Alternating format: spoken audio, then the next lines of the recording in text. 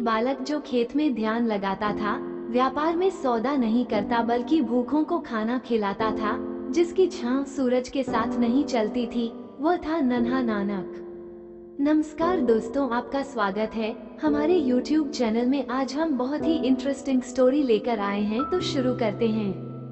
नन्हे नानक की करामात, गुरु नानक देव जी के बचपन पर आधारित एक प्रेरणादायक कहानी। तलवंडी नामक एक छोटे से गांव में, जो आज के पाकिस्तान में स्थित है और जिसे अब ननकाना साहिब कहा जाता है, एक दिव्य बालक ने जन्म लिया। नाम रखा गया नानक। माता तृप्ता और पिता मेहता कालू की गोद में जन्मा यह बालक बचपन से ही कुछ अलग था। उसकी आंखों में गहराई थी, वाणी में मिठास थी और मन में एक अजीब सी करुणा। वो आम बच्चों जैसा नहीं था, खेलता भी तो जैसे ईश्वर से संवाद कर रहा हो। छोटी सी उम्र में ही नानक ने अपने व्यवहार से सबका ध्यान खींचना शुरू कर दिया। जब अन्य बच्चे गुड्डे गुड़ियों से खेलते, नानक पेड़ों की छांव में बैठकर चुपचाप ध्यान करते रहते। माँ तृप्ता को लगता कि बेटा कुछ सोच में डूबा है, मगर पिता कालू को चिंता होने लगी थी कि लड़का न दुनियादारी समझता है, न काम धंधे में रुचि दिखाता है। एक दिन पिता ने सोचा कि बेटे को मदरसे भेजा जाए। मौलवी साहब को बुलाया गया। जब मौलवी ने पहला अक्षर अलिफ सिखाया और उसका अर्थ बताया, तो नानक बोले, मौलवी साहब, अगर अलिफ से अल्लाह होता है और अल्लाह एक है, तो फिर बाकी सारे अक्षर क्यों पढ़े? पहले तो उसी एक को जान ली। मौलवी चुप रह गया। उसके पास उस छोटे बालक की बात का उत्तर नहीं था। पिता ने सोचा, ये तो सबको उलझा देता है। वे नाराज हुए, मगर माँ ने मुस्कुराकर कहा, ये बालक साधारण नहीं, इसमें खुदा की रूह बसती है। पढ़ाई में रुचि न देखकर पिता ने एक दिन नानक को खेत में भेजा। कहा, हल जोतो, मेहनत करो, तभी अन्न मिलेगा। नानक खेत में गया, बैलों को लेकर हल चलाया, लेकिन कुछ ही समय बाद एक पेड़ की छांव में बैठ गया और ध्यान में डूब गया। गांव वालों ने पिता को खबर दी, आपका बेटा काम नहीं कर रहा, बैठा ध्यान कर रहा है। पिता गुस्से में वहां पहुंचे और बोले, तू कब समझेगा दुनियादारी? नानक ने शांत स्वर में उत्तर दिया, पिताजी, मैं आत्मा की खेती कर रहा हूँ, वहाँ प्रेम बो रहा हूँ, सत्य का जल सींच रहा हूँ। ऐसी फसल उगाऊंगा जो पूरी दुनिया को जीवन देगी। उनके शब्दों ने जैसे वातावरण को स्थिर कर दिया। पिता स्तब्ध रह गए। यह कोई सामान्य उत्तर नहीं था। कुछ समय बाद पिता ने सोचा कि शायद व्यापार में इसका मन लगे। उन्होंने नानक को 100 रुपए दिए और कहा, बाजार जाकर कोई लाभकारी सौदा करके आओ। नानक ने अपने साथी बाला को साथ लिया और चल पड़े। रास्ते में एक जंगल से गुजरते हुए उन्होंने देखा, कुछ साधु भूखे प्यासे, फटे वस्त्रों में बैठे हैं, चेहरे पर थकान और आंखों में करुणा। नानक ने तुरंत निर्णय लिया, बाला, यही है सच्चा सौदा, चलो इन्हें अन्न और वस्त्र लेकर दें। बाला ने कहा, मगर मालिक ने व्यापार करने को कहा है। नानक मुस्कुराए, यह आत्मा का व्यापार है, इसका लाभ अनंत है। उन्होंने सभी पैसे से अन्न, फल और वस्त्र खरीदे और साधुओं की सेवा की। लौटकर जब पिता ने पूछा, क्या सौदा किया?